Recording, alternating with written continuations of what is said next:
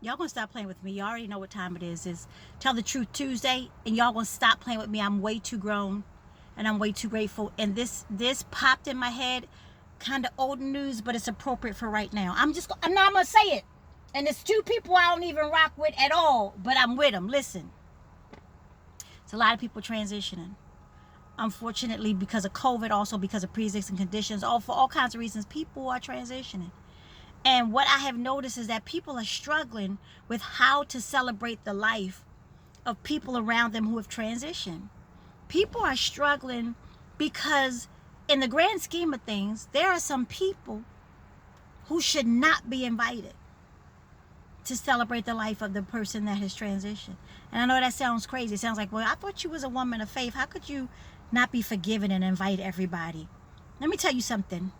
I'm taking a page out of the book of John and Cindy McCain. May he rest in peace, John McCain. And I'm not a Republican. And I'm going to take a page out of the book of Barbara Bush. Why am I saying that? Because I have people in my life that have transitioned, and people, let me say something.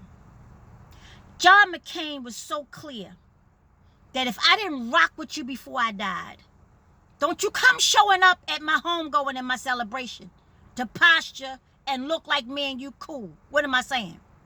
Do you know that half of us are struggling because there are people in our lives historically who we know did us dirty, who we know didn't mean us no good, but because they might be a relative or a long-standing member in some kind of way, we supposed to include them into things because that's protocol. Bull, yeah, I'm taking a page out of Cindy McCain's book. Cindy McCain said, I refused to invite Donald Trump, great Trump, because my husband said, don't invite him to my funeral. You know how powerful that is? That your ass get uninvited, that you are not invited? Not uninvited like he did with Barbara Bush. He was specifically not invited by John McCain. You know how powerful that is? And let me tell you why I'm going to take a page out that book. Because we have been taught that to be good Christians, to be good humans, we have to be forgiving. And oftentimes with that forgiveness, we have to allow things that are very unhealthy, i.e. Mental Health Month. John McCain, whether you liked him or not, whether you agree with his politics or not, was a prisoner of war for 5 years in Vietnam. A war that Donald Trump ducked because a slap-happy grandpappy or somebody got him out of it. And he said that John McCain was no war hero because he was caught by the Vietnamese. Kind sir, he was in war. And he stayed for 5 years in a prison camp and lived to tell the story. Your punk ass never even went. So first you besmirch him and every veteran that was ever captured during war. Jerk face.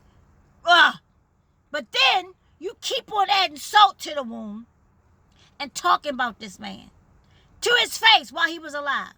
So he said, I'm going to do you one back. I don't give a rat's ass, you the president of Kingdom Come. He was like, you could be the president of these and you're not invited. It's a powerful statement by Cindy McCain to say, my husband ain't want you here, you can't come. The first sitting president to ever be not invited to a ceremony for somebody who was a service to the country, whether you like this man or not. It's a metaphor, people. What's the metaphor? I'm getting ready to tell them what the metaphor is, because they're not getting what I'm laying down. The metaphor is this. You ain't got to have people around you that you know did you dirty on this side of heaven. You can literally choose to not invite them to things. How many of y'all know you got that, somebody got that creepy ass cousin or nasty ass grandfather that be feeling little kids' asses in the family, but you keep on letting them come to the cookout? I know y'all don't want to hear it, but I'm being real clear. You are not invited, Uncle John, Uncle John, Uncle whoever you are. You're not invited. You know why? Because you don't play well with others. You're not healthy, and I'm not putting my family, my kids, and their kids' around your debauchery. You're not invited. And it's crazy because there's a sentiment of black women who believe that, well, you better not tell what happened, because, you don't want to mess up the idea. You don't want to mess it. They don't use this language I'm using. You don't want, no, because they don't say nothing, because, don't say nothing. Don't say nothing. You don't want to start nothing. I want to start something. I want to start being authentic. I want to start owning our pain so that we can do the work. The reason why half black women are back crazy and can't be healthy sometimes in relationship is because they sat on pain. And they wouldn't let people see how human they were, that they hurt and that they suffered. And they kept inviting the perpetrator into their space. You are not invited. And I'm going to be real clear. You owe nobody an explanation as to why you no longer invite people who have intentionally hurt you for no fault of your own into your space. It was never healthy to do that bullshit. They did that back in the day. Don't say nothing.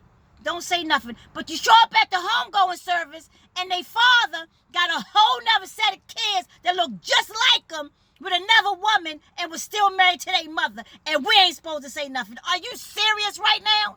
Where they do that at? Y'all gonna stop playing? No, because it don't make no sense. But we're not gonna say nothing. And that is how the mania and the mental health illness perpetuates, because you still inviting these people into your space. Be real clear, it's going to be a sign at the door.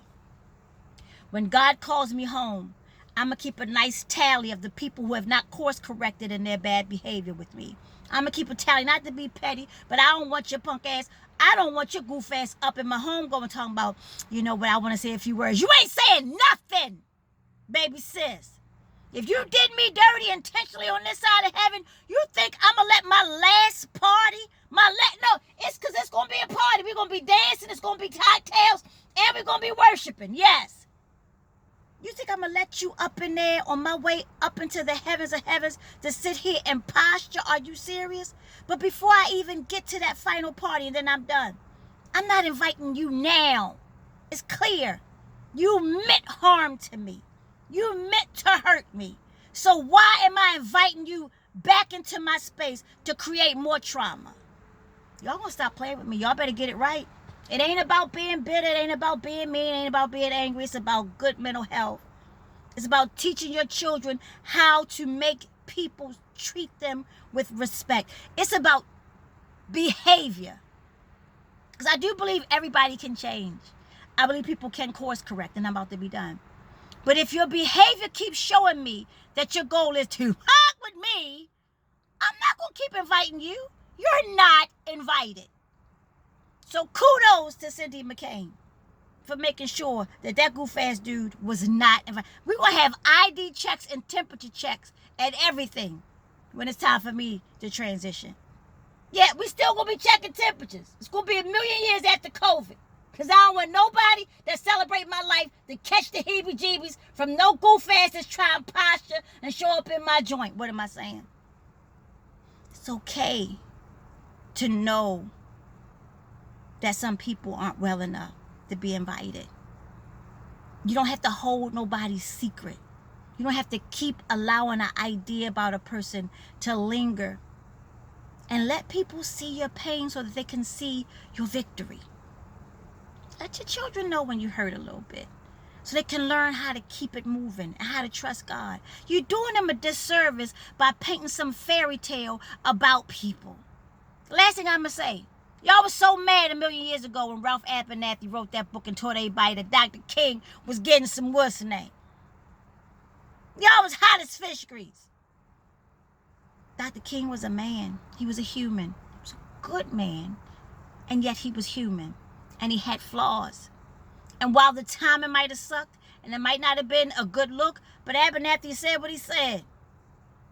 All I'm saying is this. Y'all better stop making people idols. Stop allowing their tags and titles to make you think that they are above reproach. All of us sin and fall short. Y'all got me all the way. I'm not going to tell no story about you that's not true to hold together the idea of who you say you are. You got me all the way. You are not invited because you don't play well.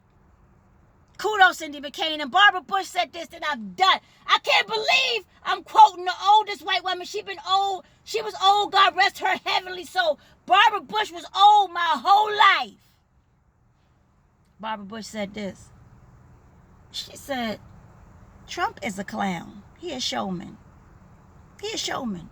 She said, and I don't know why women are voting for him. And all of y'all good white women who voted among that 70 million, y'all was the largest number. Y'all voted for that dude, Barbara Bush, Republican, married to a president, birthed a president, said how, and was a Republican. How can women be voting for this dude? I might not align with the Bushes at all, but Barbara Bush, may you rest in heaven, because you said that. You said he is not invited. He will not get my vote. So y'all gonna stop playing with me. Stop retelling history. Tell the truth. You are not invited. Y'all got me all the way. And y'all gonna stop playing with me. I'm way too grown and I'm way too grateful.